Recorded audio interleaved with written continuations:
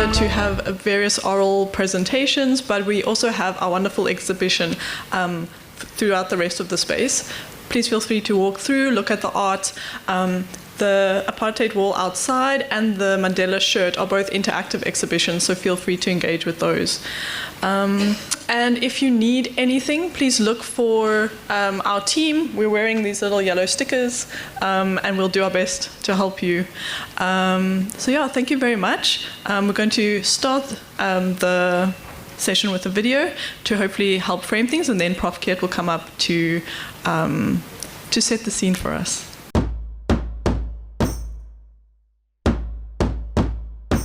With the renaming of this university, it makes a statement about justice, about rehabilitation, and about reconciliation. We have this incredible, iconic name of this titan, Tata Madiba. Advancing Mandela University and achieving our vision of being a great African university in the service of society depends on the leadership that we all display.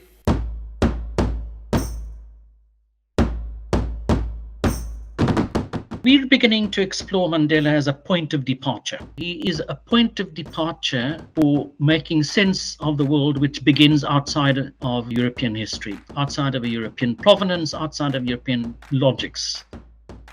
That figure enables across disciplines an awareness that the purpose of this discipline, of this line of study, these lines of inquiry, this education, this qualification is ultimately about contributing to the making of a just society.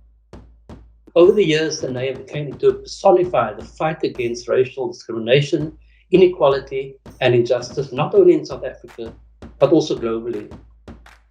He was able to fit in a whole variety of very disjunctive kinds of contexts. His ability to be able to move from this kind of deep isiXhosa tradition into the extreme cutting edge of modernity. And very few people can do that with a sense of confidence in their own identities, in their own selves. I think TIMS looks to harness energy, mobilize, be a hub for the broader decolonisation project. Decolonisation encourages understanding and respect for diverse social-cultural contexts and groups, fostering perspectives that go beyond Eurocentric or Northern worldviews. So the point about a decolonial point of departure is to think of knowledge, think of understanding, to think of apprehension, comprehension, making sense in ways that don't begin, which is what our default is, I think, in these what we call Eurocentric paradigms, which frame our explanations. Now, that's a really difficult thing to do.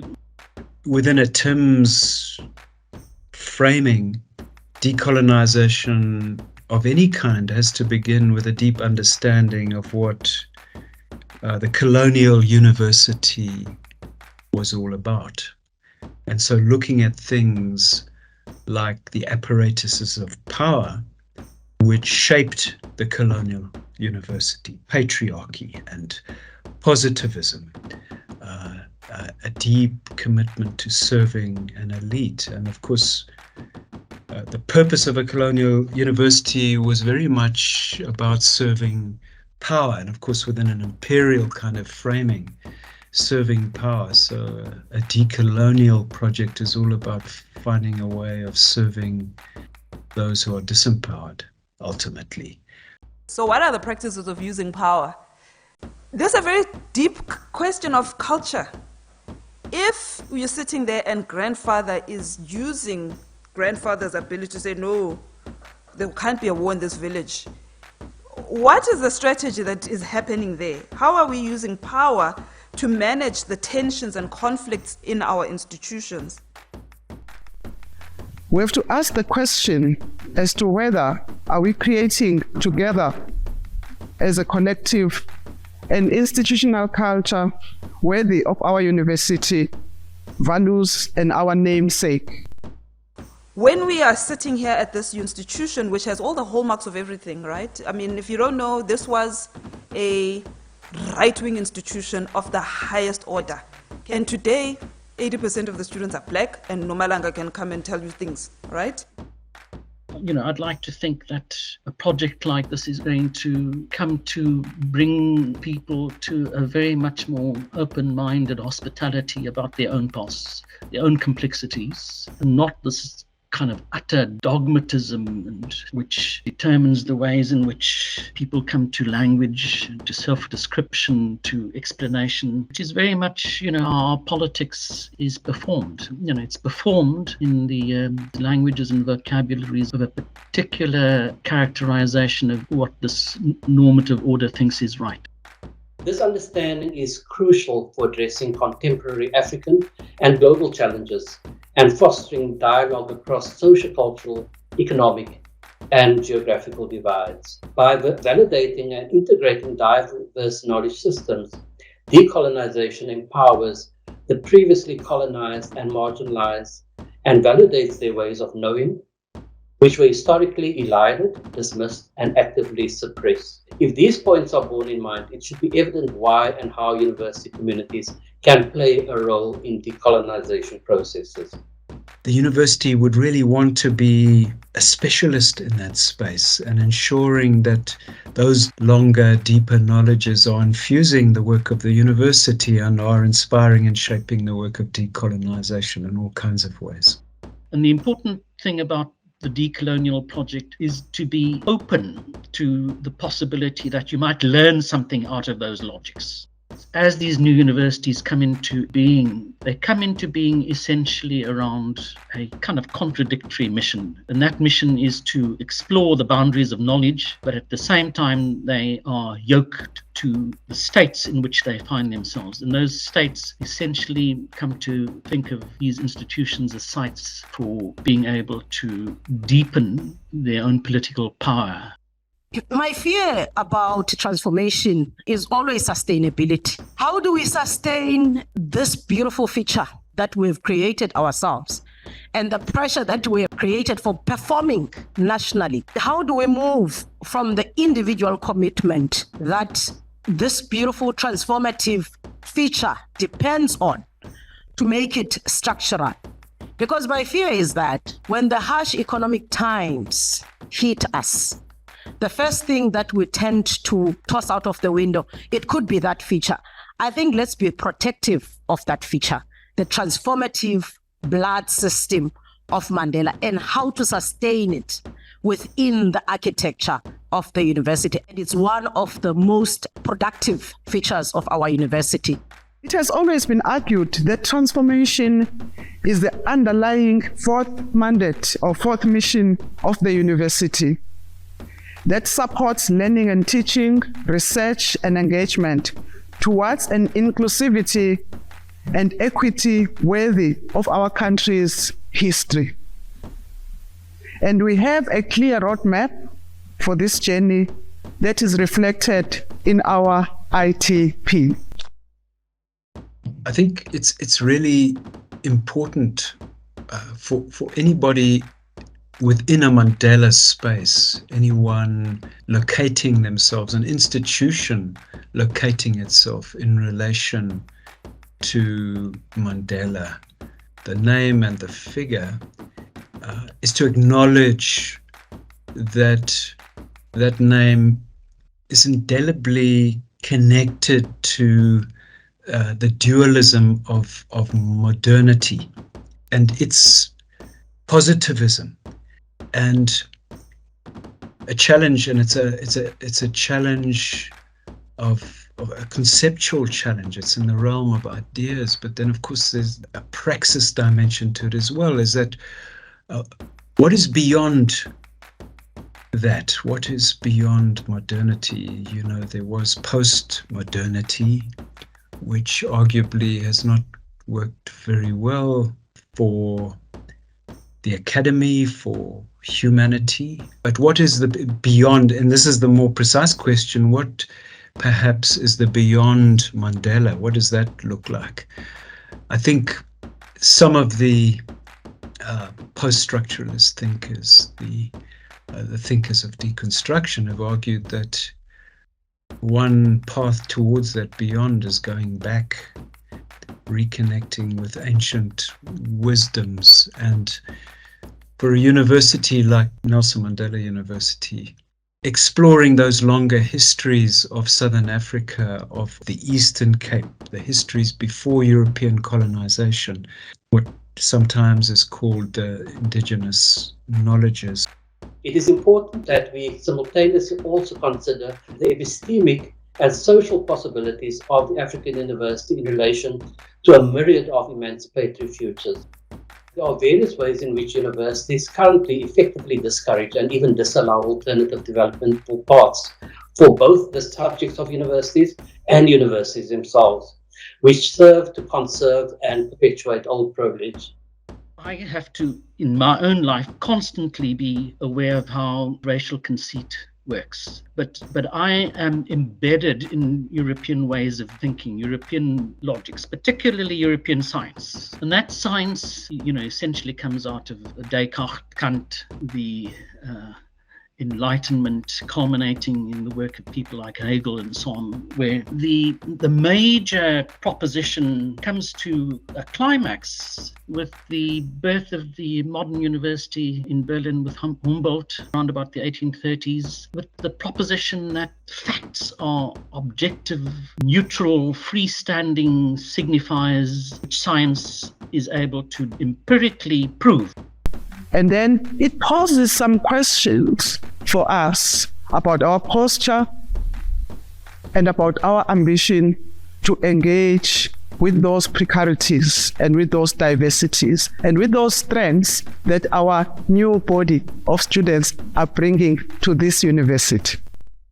Decolonisation is, for me, simply a stand-in word here now for good critical education.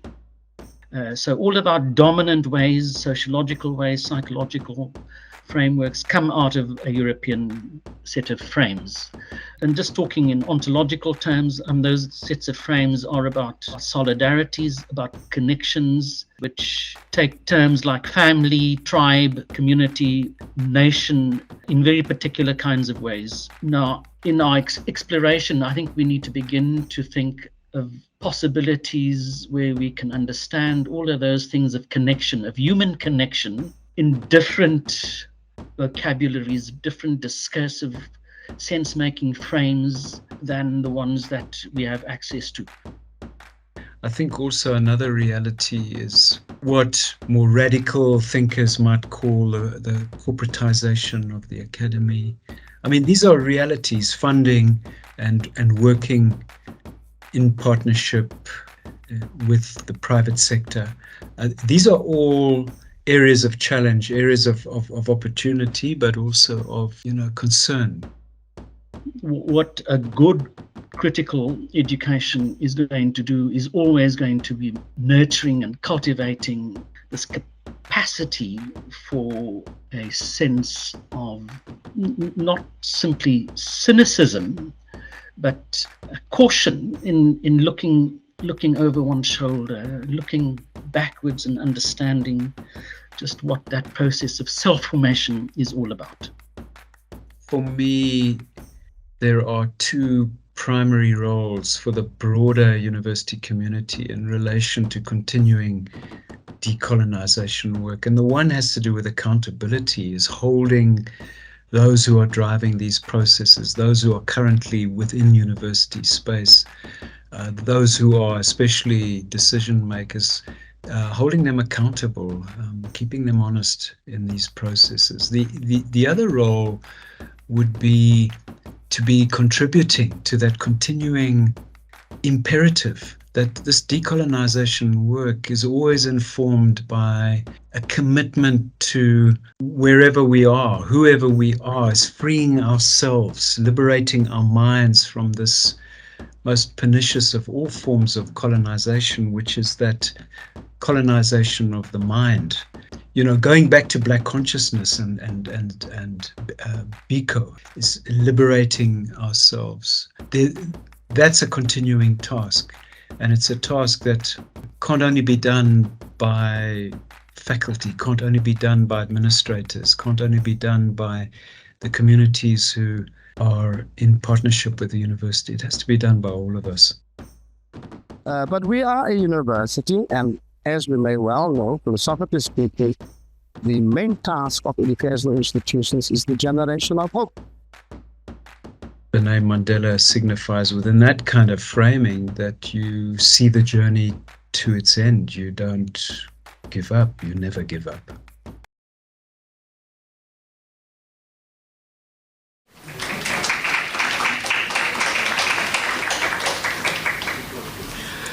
We are finally here at this moment, this place, and the question is to ask why, and the response can be as complex as you can make it or as straightforward and simple as it can be. And that is that the Africanization and decolonization of the university has emerged, especially over the past 10 years, as a key and worthwhile pursuit for our university system in our country and, of course, as you may well know, in other parts of our continent as well. And sometimes we are not clear of what this all may mean and how it may find practical expression across the knowledge fields in a system that is to a large extent defined by a kind of neoliberalism that makes social justice work difficult but not impossible. And sometimes we do not know what this all may mean for me, the individual, the system, communities, societies. And this is okay. As long as we make time, like at this event, to grapple with these questions, and in this engagement see the options to change ourselves, renew our practices, and in so doing contribute to institutional and system changes. Let us acknowledge the vibrant reintroduction into this African higher education discourse by the #Fees Must Fall student movement, through which decolonization has emerged as both a transformative imperative as well as a contested concept within universities.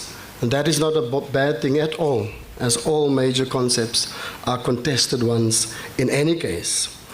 But we do owe it to this movement, and thus we have to make space for students and for communities to play leading roles in the project that we are embarking upon.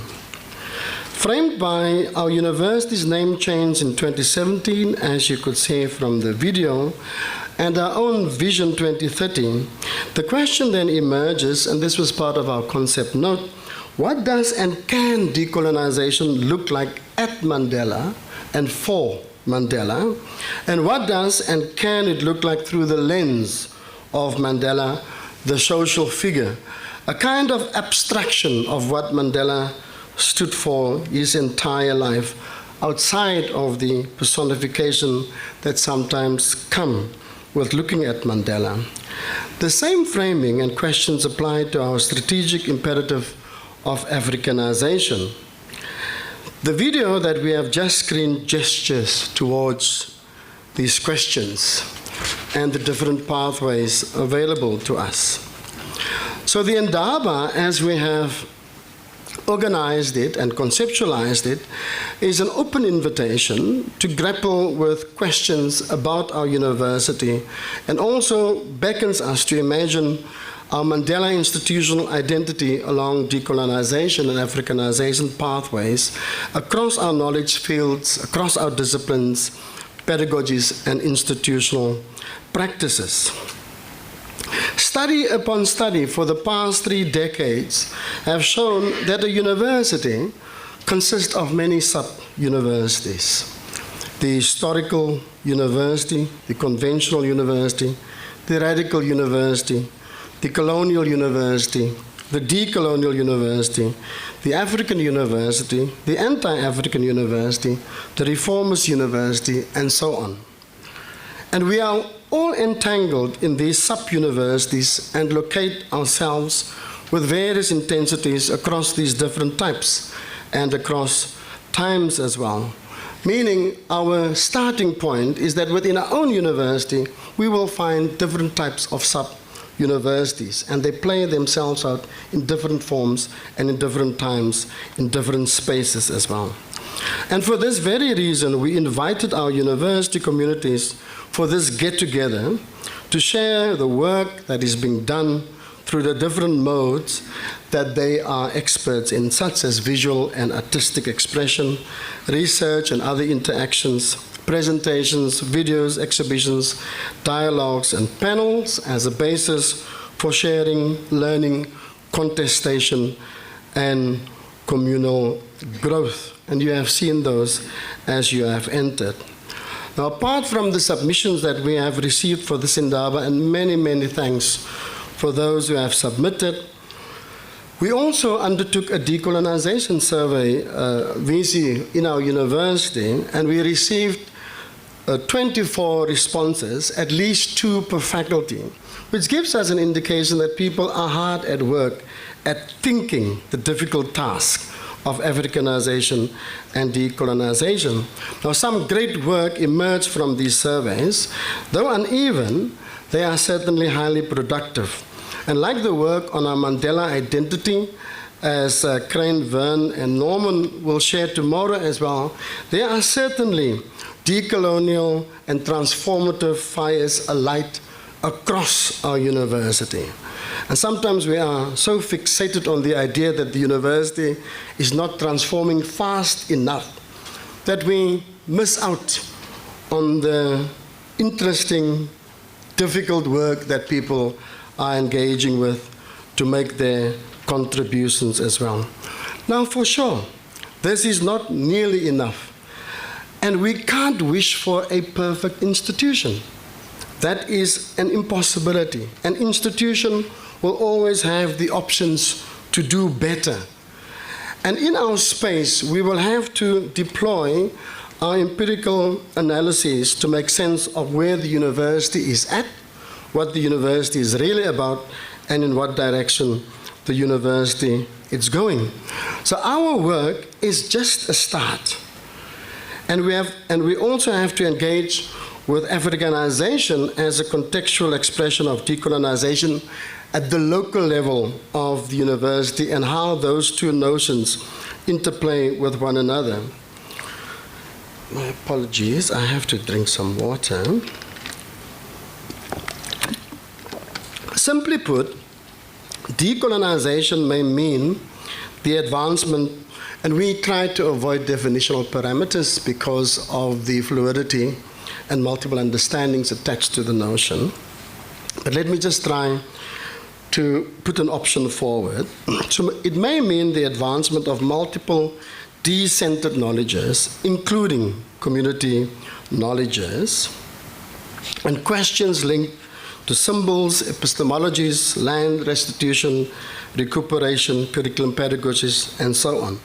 And Africanization may be thought of, and this is what I'm borrowing from a friend of mine, Kupano Ratele, may be thought of as better locating Africa and her people within knowledge and praxis, as well as the excavation of African intellectual traditions, which is some of the work that is happening within our university spaces. But as you will see from the presentations, there are other work also happening in what we would call the hard sciences, in law and other areas of work within the university. Education as well, business and economic sciences. So we're looking forward to those presentations. Yet there is a vast, unending openness to our approach, akin to the kind of value base from which Mandela is constituted. So that unending openness, within which a multiplicity of conceptions of decolonization and Africanization can come into play, of course, with transformative intent, one would say would be the qualification. And these are akin to 3 key intellectual principles of critical university studies, and that is emergence, emancipation, and conviviality. And of course, the last one, you can literally also, in very simple terms, put forward as love, relationality, and generosity. And on behalf now of the Africanization-Decolonization Working Group, as well as the Transdisciplinary Institute for Mandela Studies, TIMS, in collaboration with the university faculties, and thus also on behalf of the deans, I wish to warmly welcome you all to this event. A warm welcome to our students and SRC members, where this energy originally originated, our VC and executives who are committed to this project, to the HEALD, the faculties, the contributors, the attendees. All please feel very welcome. Great to have the colleagues from our different campuses here as well. I would like to acknowledge the efforts of the working group, especially that of Dr. Luke, who ran the survey for us with some of the young ones. She can't be with us, so thanks, Jackie, but also many thanks to Pumeza, Talenka, Kawekaze, Lutando, Muki, Senekole, Denver, Neil, and Azile in the working group who are traveling so well together with the project. Thanks also to Vern, Norman, and Crane who are here with us today. They have been instrumental in working with us in thinking and doing Mandela as a university, Mandela as knowledge otherwise. Of course, thanks to Jenny and the great Krishet and ETP teams who are holding this event together and for working together so well. I am grateful, and since I'm not going to be here for the second part of tomorrow, I have to relay my thanks to this team at this moment. The Indaba include a range of topics related to Africanization and decolonization, including canons, knowledge systems, research methodologies, student activism, institutional cultures, practices, languages, disciplines, and community engagement. And we have some great people in this particular gathering who has done deep, deep work on these matters as well. But our Indaba also takes place amidst student challenges and staff challenges on various fronts at our university, and we have to remain mindful of this and pull together as a family to respond to these in the best possible ways that we can. As I wish you a productive 2 days, please let us spare some thoughts for a world that has, for a long time now, become unhinged with multiple challenges. In particular, and amidst our own precarity and other global and local challenges, let us spare a thought for Palestine, land and people. I am truly grateful for our university's response to the call to this Indaba and for all the colleagues who made time to make contributions and to attend this event. Please enjoy the 2 days lying ahead. Many, many thanks.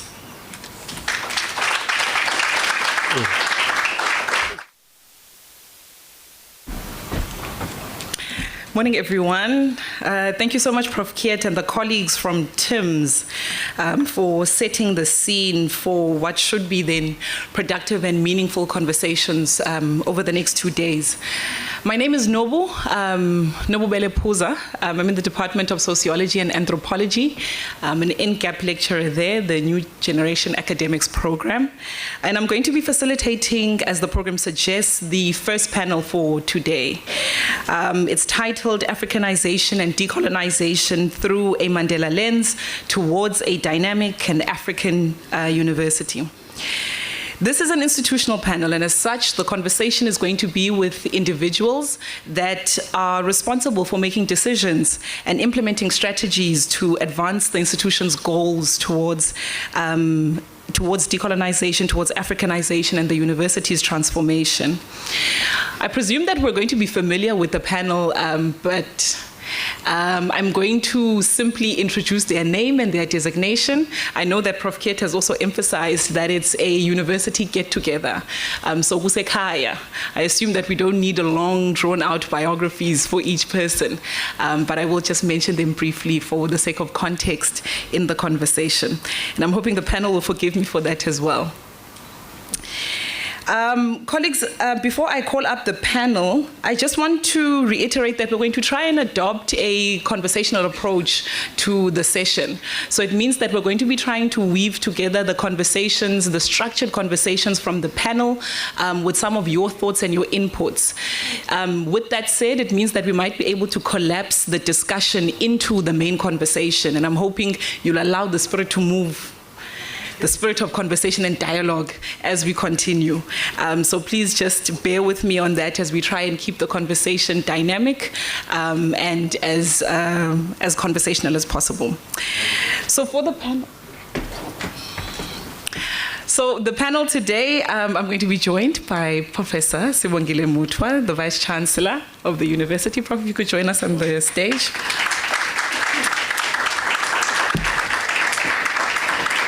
We're also going to be in conversation with the DVC of Learning and Teaching, Dr. Moeng.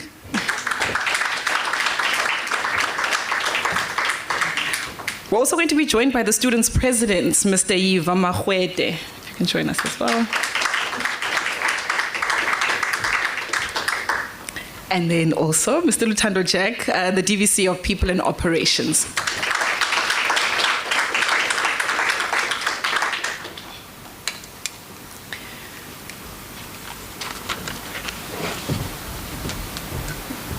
Do we have enough microphones?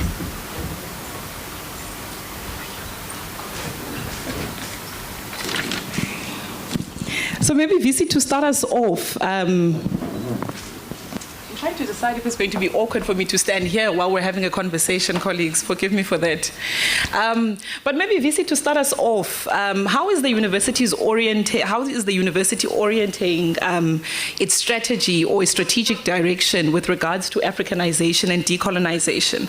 Obviously, this is in light of the name change in 2017 and the Vision 2030 as well.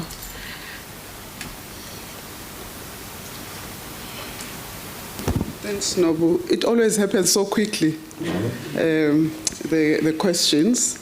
I just want to perhaps go over Andre's own submission, particularly thanking the team that has been working on these questions of Africanization and decolonization at our university, and to also recognize the work of teams, the Transdisciplinary Institute for Mandela Studies, just to give a sense to the work of this institute and how it is highly appropriate for it to be handling this work. And then I will just talk to your questions, Nobu.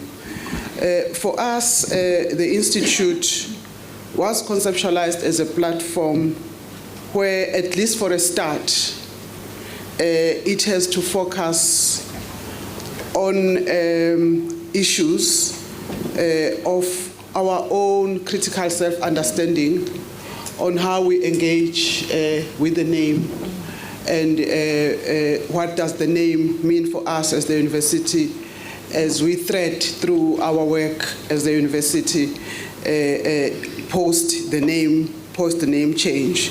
So I would like to believe that it will continue to be a place of conversation, of contemplation, of engagement, of contestation on these matters of Mandela, the social figure across the knowledge domains. And then I also want to just quickly to admit or to concede that for many decades following the configuration of the post-colonial African democracies, questions of Africanization and decolonization have been articulated and deeply theorized, as Andre has reflected to this as well. In recent years, scholars, many of whom are associated with our university and our sister universities like Mamdani, like Mbembe, like Ratele, that was referred to by Andre, and Heleta, our own scholar, have theorized the university and knowledge within and against the frame of Africanization and decolonization. So for me, I'm going to then say that perhaps for the purpose of the question that you have posed to me this morning as a start, I will steer away from the critique of decolonization and Africanization, but only to say that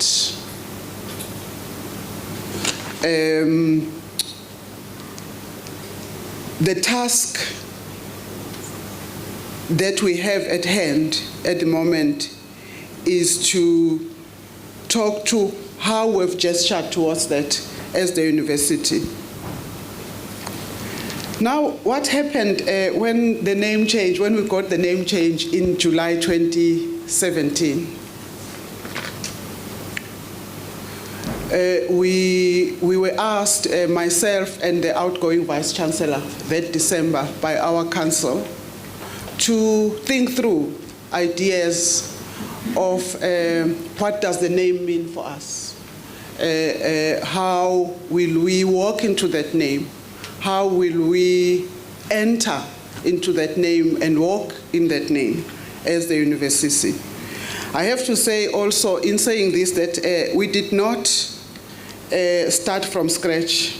A great deal of work had been done by the university on matters of driving the university and its purpose towards the right side of history. What gave us a new edge was the renaming of our university in July 2017. While we had campaigned for a long time for the name, we now had it. We then had to go back to assess and discover the liberating potential of the name and its transformative vista that it was giving us as the university. Something that we had envisaged, but which we now, you suddenly have this gift. And then how do you work with it?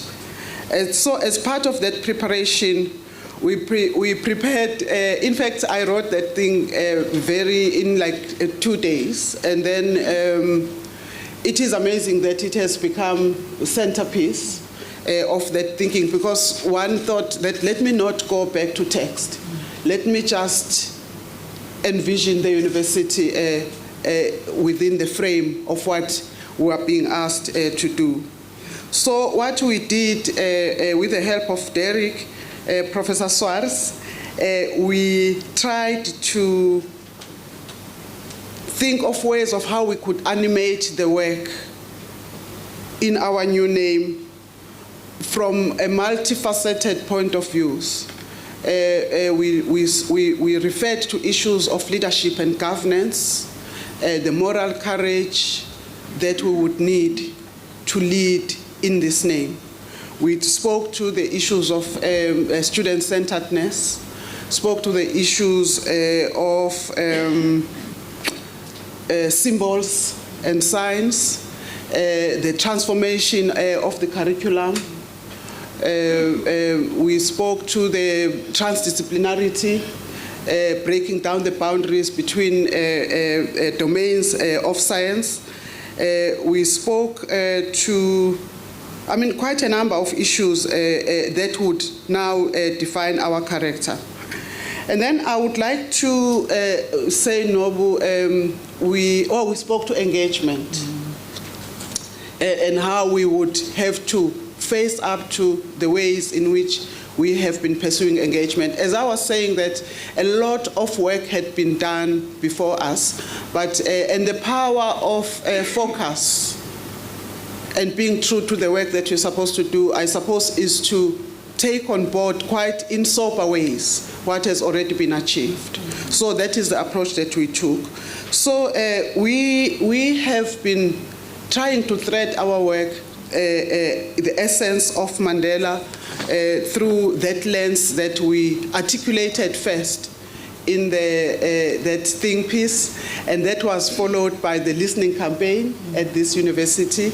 That was both an exciting, a very painful project that we pursued, and I'm saying it was painful because it is something, the little narrow hole that we needed to go through to understand the university better. And that was followed by what is now known as the inaugural address, where we took on board what people felt about Nelson Mandela University and how could we steer as vessels of change the university to the right side. So I would like to believe that our university has been brave as a place to experiment, to walk into areas of thinking and talking and engaging that I've not seen in other universities.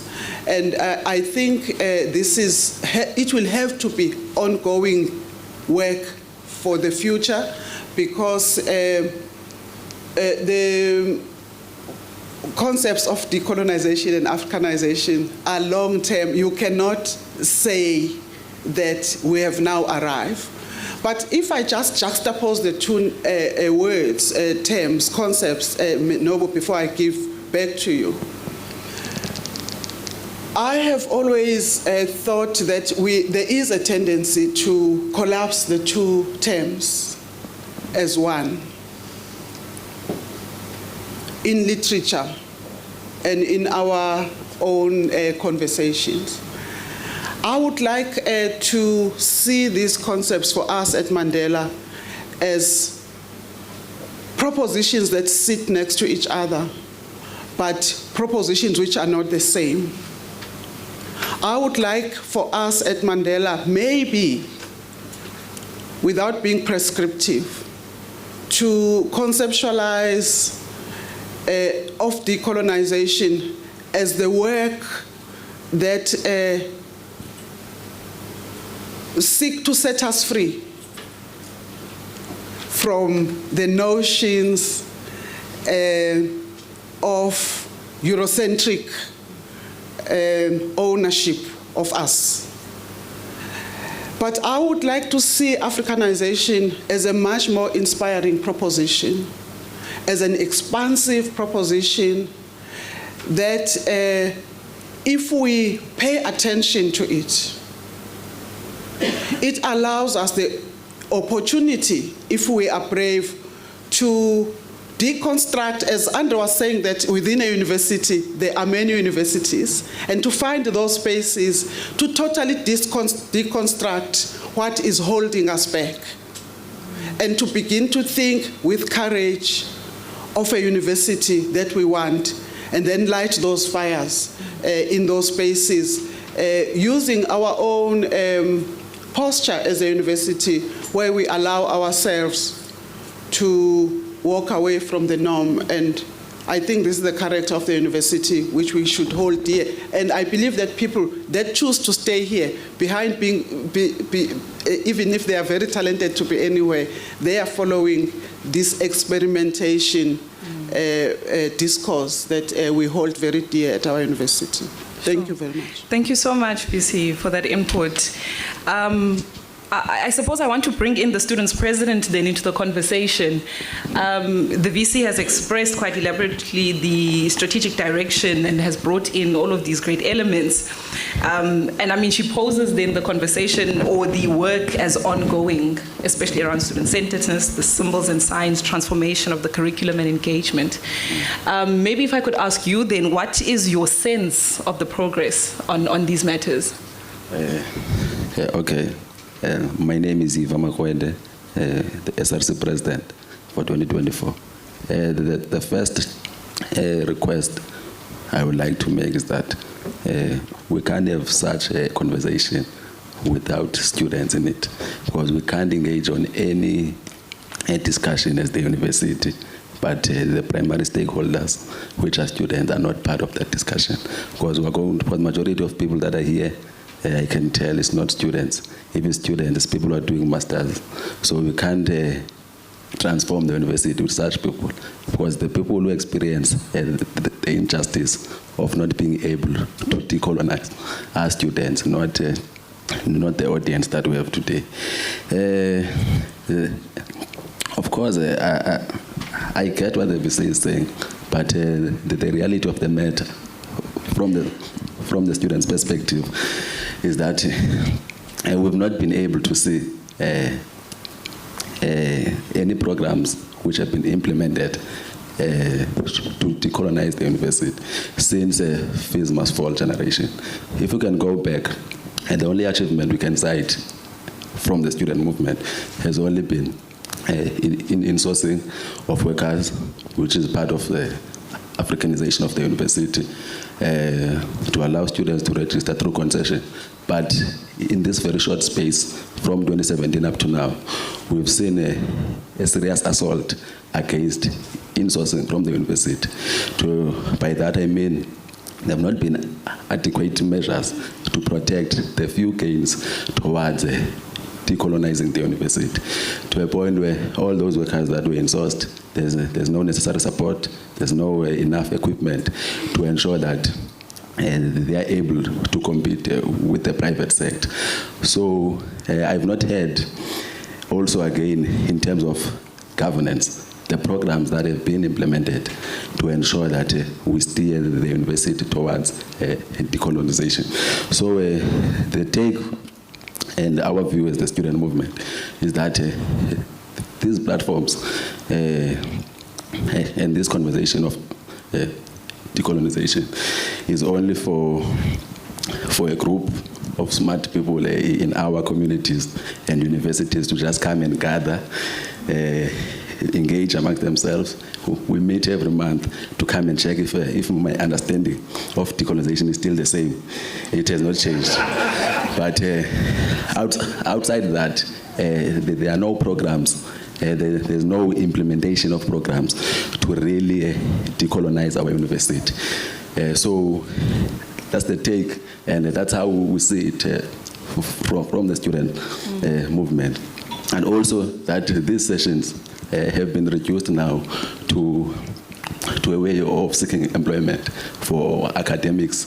We just come, you talk, you then go, you write a piece of paper, but there's no implementation of that.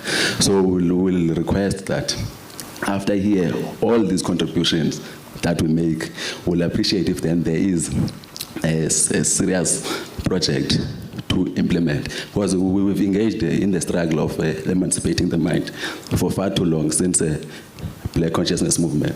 So all of us here, I believe 90%, our minds have been liberated. So now what we need to focus on is to ensure that there is implementation, because the TVC next to me understands clearly what is decolonization. So what we need from her, particularly that she's part of the management, there must be implementation of that decolonization. I will just cite in the programs that are offered by the university, if we talk decolonization internally. For example, we can't be, we have students that are doing engineering, but that engineering, the content, is not responding to African challenges. For example, now, I just met a group of engineering students that are busy. They are looking for car parts. They are all over town looking for car parts. They have an assignment. But in Africa, we have the crisis of housing. How do we then ensure that the content and what these students are taught, if we can say that, let's teach these engineering students the best way to build more AdWG houses at an affordable price to ensure that we address African challenges. Because if we are serious about decolonizing, it must be an introspective that we do as Africans in terms of how far are we with addressing the issues that we are faced with the society. So, yeah. Thanks. Thanks, President. I suppose I want to give then an opportunity to both the DVCs to sort of just elaborate on some of the points that, not necessarily to account, but what the President is speaking about. If you could give us an overview then, and I'll start with you then, DVC Operations and People. If you can give us an understanding then of, or how you understand the role of the portfolio of people and operations in the processes of Africanization and decolonization. Thanks, Nobu. Good morning, colleagues. It's going to be difficult to speak after the president of the SRC. Yeah, I mean, people and operations and Africanization and decolonization. Well, if, as our vision directs us to do, if our task is to foster into society consciously Africans.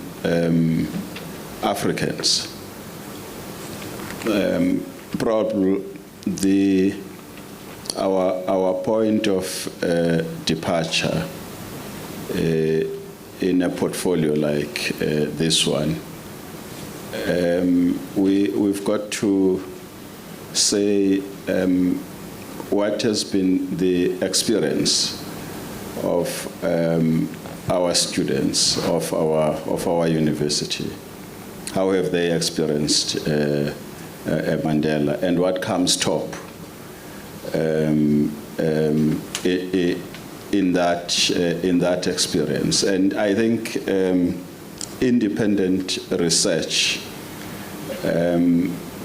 shows that our students think that the university is on course in typifying one of its values, the value of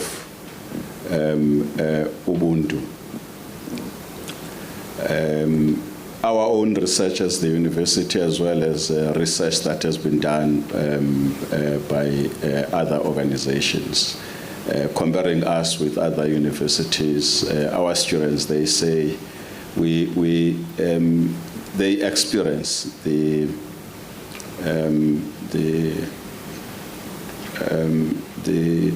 epitomizing of the value of Ubuntu in our processes as the university.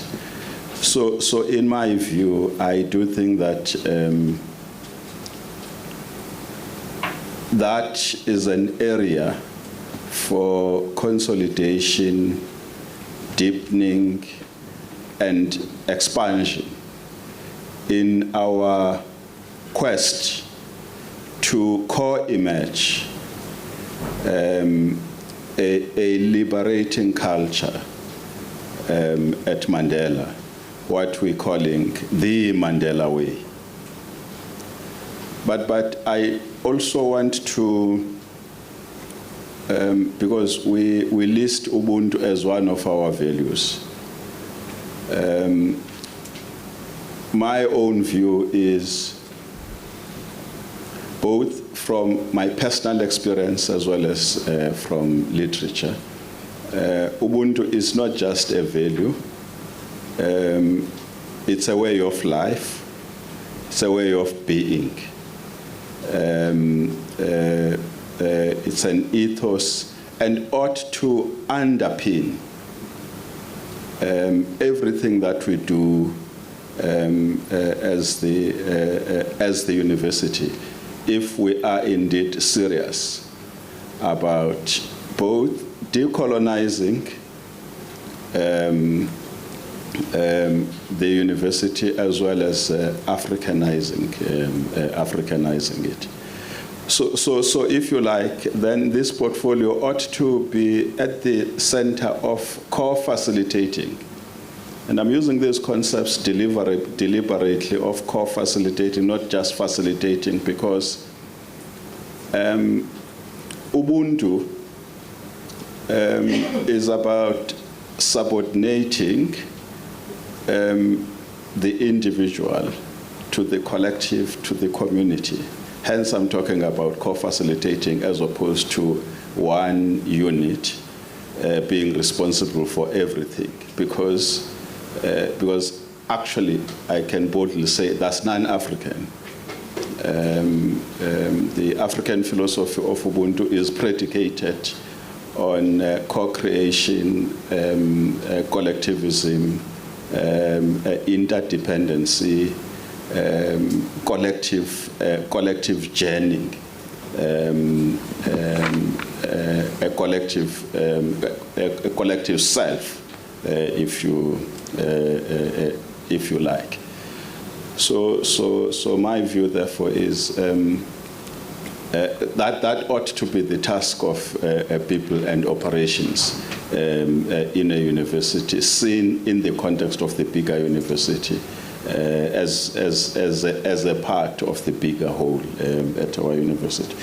Just in terms of examples, and I will go beyond the portfolio, because as everybody might know, I'm from Student Life and Development, my immediate previous position.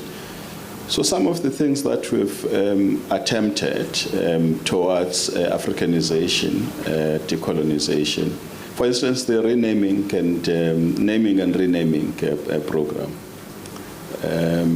changing names of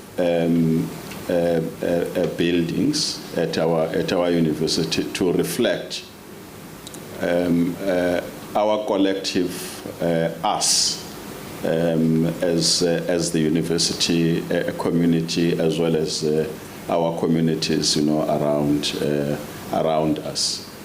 That process, probably part of its weakness is it being seen as just the process of naming and renaming, disconnected from the aspirations of the university, disconnected from the aspirations of Mandela, but part of the great inspiring examples in this regard, for instance, President, is how our students have, on an annual basis, celebrated these names that they have adopted for some of the residences, and ensure that they have got annual programs aimed at epitomizing, immortalizing the names that some of these residences have adopted. So in other words, it's not just a mechanical process of changing the name. It's about embodying, being and epitomizing the values and the aspirations that, for instance, Charlotte McGregor basically stood for. And that work has not been done by students. They've done that work in collaboration with certain outfits, of our university. I suppose you want me to end.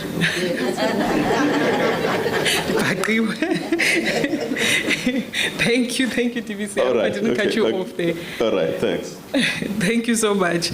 I suppose I then could ask the same question to you then, TVC Moeng, around how the university is conceptualizing the process of Africanization and decolonization in the learning and teaching space, with particular reference then to what the students' president was speaking about, the curriculum in particular.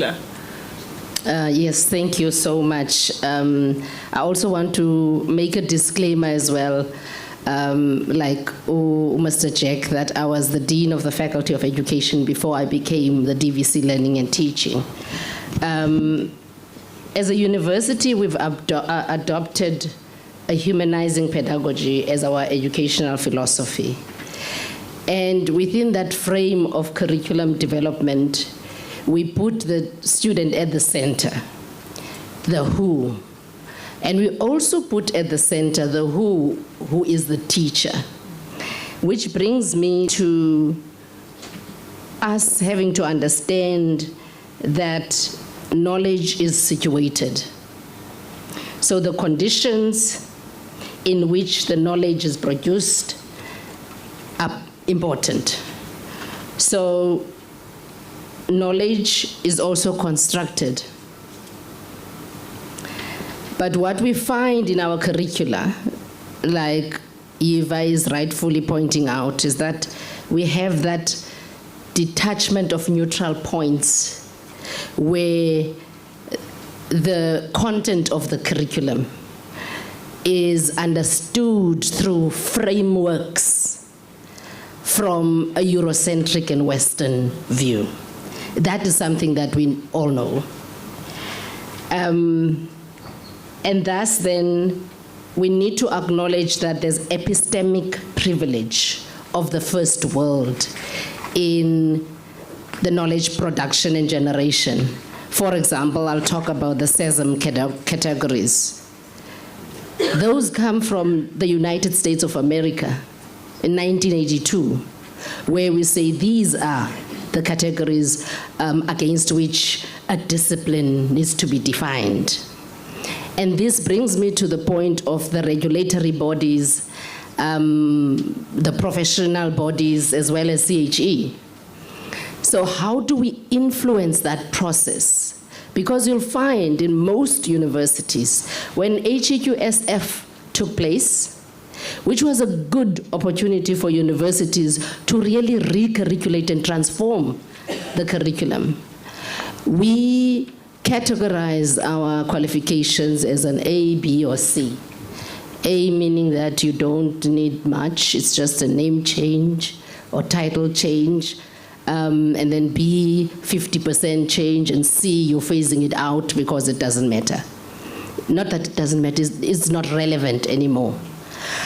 And most universities did not take that opportunity to really rethink the curriculum.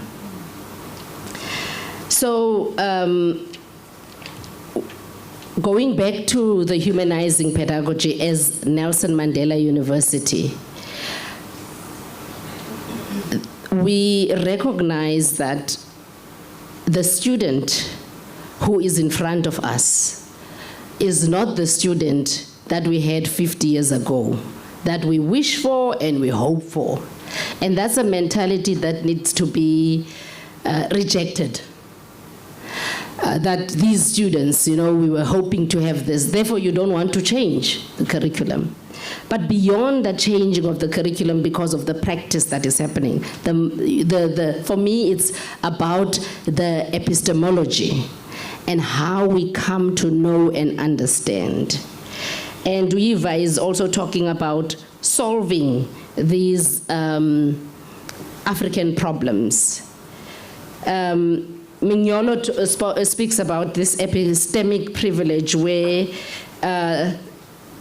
Africa depends on the first world in terms of how they frame, scientific and scholarly work.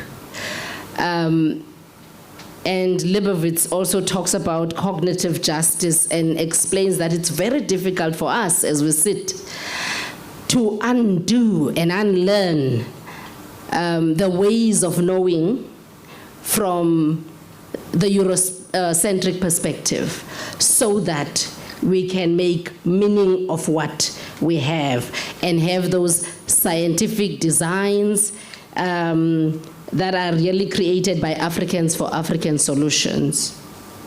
As I'm going to conclude, we do have a program that we've really worked hard on from 2018 as a pilot project on critical consciousness. And that module is now going to be formally incorporated into humanities. Education is looking at it, and Faculty of Law is also, look at the Dean of Law is like, we are also. Those three faculties are going to be looking at that. That's the first step. And then the second step is also looking at other faculties and how they can move, in the curriculum. Hence, I was talking about the professional bodies and the accreditation bodies, because it's important for us to also challenge those structures that are out there, because we think it's a fait accompli that we just need to take it because CHE says so. But CHE, sends out those applications to other academics in the higher education sector. So it is the higher education sector academics themselves that really need to be challenging how we think and how we view the world in terms of the curriculum. I think I'm going to end it there. Thanks. Thank you. Prof. Muta, if I could ask, just in light of what we're hearing then, especially from the two DVCs and the input then as well from the students' president, Professor Jonathan Johnson and Professor Cyril Walters, their study shows that South African universities have domesticated the idea of decolonization. In your view, in your idea, given what we're hearing today, where does the Mandela University stand in relation to that finding? That the idea of decolonization is domesticated in South African universities, which takes away its radical transformative potential. I think they're asking us to be vigilant. Obviously, I'm not in the. Thank you. Thanks, Nobu. I'm not in the. I'm not associated with how they extracted that finding, basically. But we know that the meaning behind words we need to be vigilant all the time. Students, as Andre was reminding us, as well as Eva was reminding us, that a lot of what we heard about the decolonization came to the fore again in recent times, in 2015, 2016. And that meant that students wanted us to rethink the university. They were saying that this is the university that does not see us. And subsequent to that, you would have read that a lot of people have written reams of books and did a lot of research about these concepts of decolonization and Africanization. That is why I always think that what is the programmatic articulation of notions of Africanization and decolonization? Because writing about it as it appears in our own Vision 2030 documents, it's not sufficient. We need to follow through in ways that are visible. I would like to believe that, firstly, I want to underscore and support what Yiva is saying and perhaps doing in actually pushing the university further than it has taken itself. I think that's the duty of leadership. That's the task of leadership by students. But that does not, I'm not going to concede that the university has lacked courage to talk to issues that are uncomfortable. And I would like to believe that we are that university, but the task of measures like transformation, decolonization, and Africanizations, those matters are not matters that you can say that now we have sufficiently engaged with decolonization. I think that a task lies at hand. Lies ahead. We need to be vigilant. We need to be courageous. We need to be prepared to be uncomfortable and to bring to conversations knowledges and persons and students, as Yiva is saying, that students need to be able to feel that at our university you can say what you think. Young scholars need to know that they can say what they think. It does not happen like in these universities that a young scholar teaches in a certain way, understands the notions of exclusion and the impact of colonialism. When you teach students that, then you get to be disciplined and to be chased out of the university. We would like to oversee the university where ideas come to fly. Sure. And that is the university, for me, that deserves its legitimacy. Thank you so much, VC, for entertaining that question. I suppose maybe just as a final question before we see if there are any thoughts and inputs from the floor. Without prescribing the role of students, the VC is speaking about this pushing the university and expanding its boundaries in certain ways. And one of the most radical ways that students have done that is through protest. And maybe just to summarize before we enter into the Q&A, would you regard then protest and dissent from student body as forms and tools of Africanization and decolonization still? To us as students, by the way, students are the motive forces that can drive decolonization in universities across the country. because universities will not exist without students. So as a student leader, I regard protest as a tool and as a way to advance the struggle. Because you must also define protest. That protest is not only to ban, but to also write, make proposals. It's protest as well. So as students, we've engaged in protest, and we must realize why we still have protest today. As the VC is citing, that the reason we had the fees must fall and the reason that today we still have protest is a message from students that we still want the university to be more courageous and to do better. So protest is always a necessity, especially in this institution of ours, because we always have burning issues. Because we can't talk transformation, but we have issues internally that we're not able to address as the institution. So we'll always defend the right of students to protest in any form of protest that they wish to engage, whether it's through writing proposals or it's through whatever way that students seem necessary, as long as it's not destructive.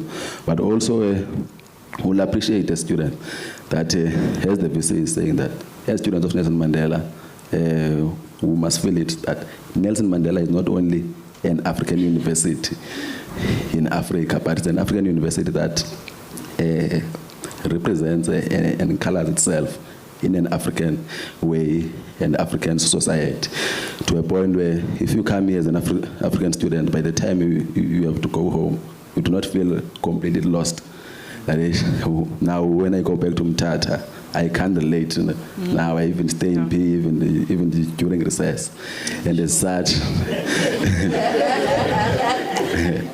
such, we must be able at TVC to take appeals of students where to go and perform African rituals if we are serious about decolonizing the institution. Yes, thank you. Thank you so much, Eva. Can I test if there are any burning clarity-seeking questions on what's been presented? Remember, we're trying to not make it an accountability session, so I'm going to ask you to look inside yourself and search your heart and ask yourself, is this question the question for today? Colleagues, I'm going to be a little bit strict, and I'm just going to ask colleagues from Crochet to assist us with the microphones. And I'm going to ask that we only take 2 questions. So I'm going to give you a minute again just to search yourself. And then I'm going to test again if we can have the 2 questions. Remember, it's, as we said, a get-together. So there will be more opportunity to engage with everyone who's on the panel here. You've searched. You've looked within. Student? Okay, so I'm just going to heed the call of the president and take the student's question. And previous presidents, maybe not.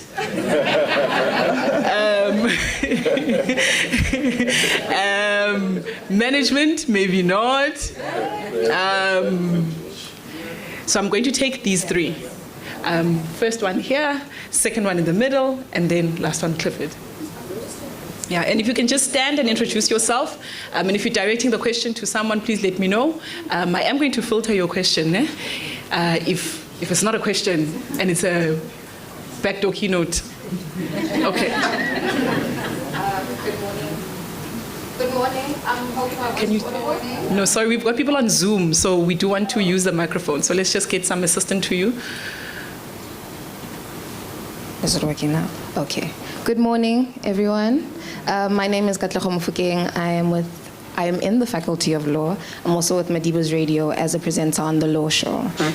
My question is phrased towards the panel as a whole. I think it's very important that everybody noted not just the past, but also the present. But My question is, how are we reconciling current burning issues within the institution to the aspirant values that Mr. Lutando Jack was speaking about, the spirit of Ubuntu, diversity and stewardship and mentorship, but also approaching the issues within the institution with the level of Ubuntu?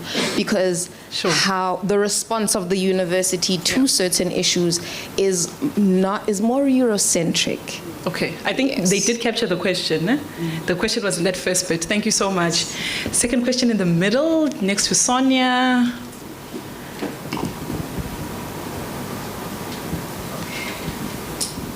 Good morning, colleagues and comrades. My name is Nadima. I'm from the Faculty of Education, and I think just to disrupt the hierarchy in the room, it's a question for all of us. And it's, while we have a strategy of decolonization purportedly, it really is only as strong as the way in which we attend to its critique and the way in which we attend to the ways in which we ourselves undermine those processes. So I want to understand, and not necessarily only from management and the panel and leadership, but from every one of us, the ways in which we go about addressing how we undermine, so for example, the contradictions, right? How do we attend to the contradictions? How do we attend to the silences, the passive language we use when we talk about the ways in which we're supposedly decolonizing or we're attempting to? Noted. So I want to know about that, because it's only half a conversation unless we do that. Thanks. Noted. Thank you so much. Don't be afraid to be captured, Clifford, if the question's already been... No, not yet. Okay, hello, colleagues. My name is Osaboye and Clifford Warrior. I'm from the Humanities Faculty and also the Engagement Office. My question is to Mr. Lutando Jack. I just want to understand, how do we address the disconnect between, I'm going to use binaries as I don't like it, but there seems to be a disconnect between from postgrad to academics to university management and then undergraduate students. Because we had our SRC president here tell us that he has not seen any programs since the fees must fall that have typified this conversation. You, on the other hand, said there's been research papers and publications that show that the university is typifying Ubuntu. And our students are happy about that. So there's a disconnect there. So as we're humanizing pedagogy, how are we also humanizing the student citizenship through our university? Because we can rename the rest, but if at the beginning of every academic year, we're still having students protesting because they cannot get rest, then that name of that rest is actually very relevant to me because I don't even have a place to put my head. So how do we then address that disconnect? Because we can publish all the most beautiful academic papers, but if they do not link to the lived experiences of our students, then we're just doing what the colonialists did. Come collect data from here, boost your portfolio, become great, but the people still suffer. Thank you. Thank you so much, Clifford. Colleagues, I'm going to ask that if we can keep our input short, but really, just questions on the disconnect, and I'm going to lump together the concept of disconnect and silences together, because that might speak to one and the same thing. And then obviously how we speak to some of these issues and address them through the university's values. So if I could start on my far left, and then we'll end with the VC on input. Short president, ne?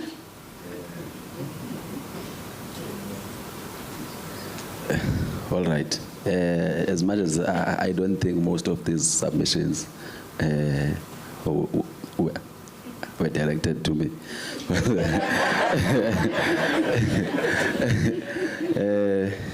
But to respond to the first contribution, I think the lady was asking how do we reconcile the current issues with the vision of the university. Hence I'm saying I don't think I'm in a position, but because as an SRC you are only here for 10 months.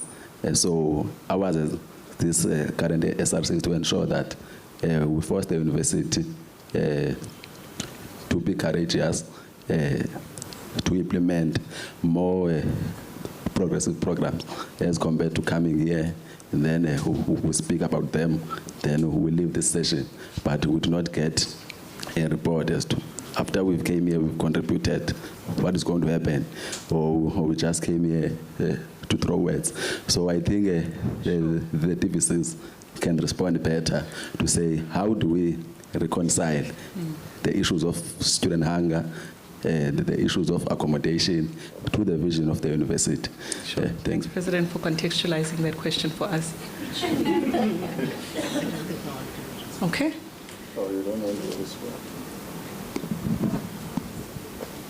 All right, thanks. Yeah, no, these are difficult questions. But perhaps let me just say the university, just like us as human beings, is an imperfect entity. It's incomplete. It's a permanent work in progress, just like transformation, Africanization, and decolonization, which is why you need, in order to tackle coloniality, you need a decolonial approach. So, and we are in an imperfect society. The question of student hunger, for instance, or the question of hunger, is a societal problem. Is a reflection of an imperfect society. But of course, an imperfect society in the context of hunger created by human beings. There is an underlying ideological frame that creates, deepens, and reproduces poverty in a given society. So. And the inconsistent, what may appear as an inconsistent response by the university to its values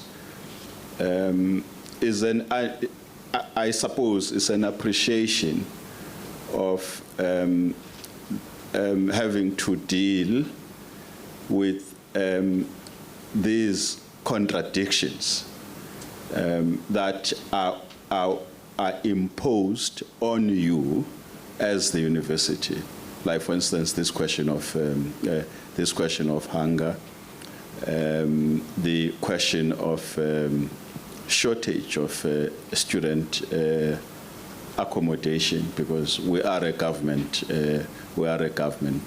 entity. But perhaps where we can improve is an internal conversation that seeks to create a collective appreciation of these challenges and how they affect our work as a collective, and probably a collective response to the very same challenges. So broadly speaking, that's how I would respond to all the questions. Sure. And the last point, as I check out, Nobu, is the process of decolonization is not going to be resolved if we don't address the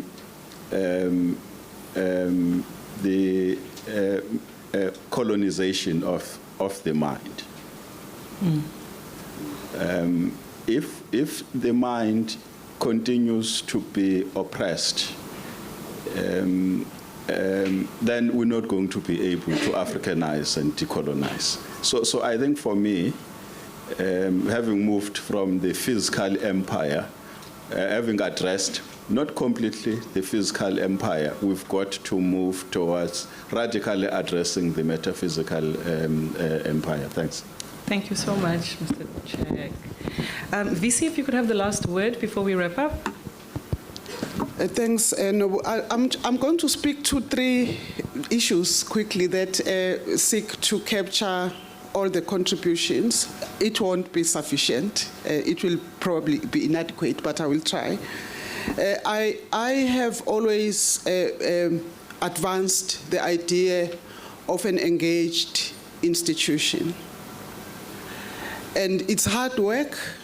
It takes us off our desk or our writing or our research, but we need to create pathways for an engaged institution. I'm not talking here only about turning the university outside, as we have sought to do through work like the hubs of convergence. I'm talking about our articulation of the university that we want to be and our individual and collective contribution to that university.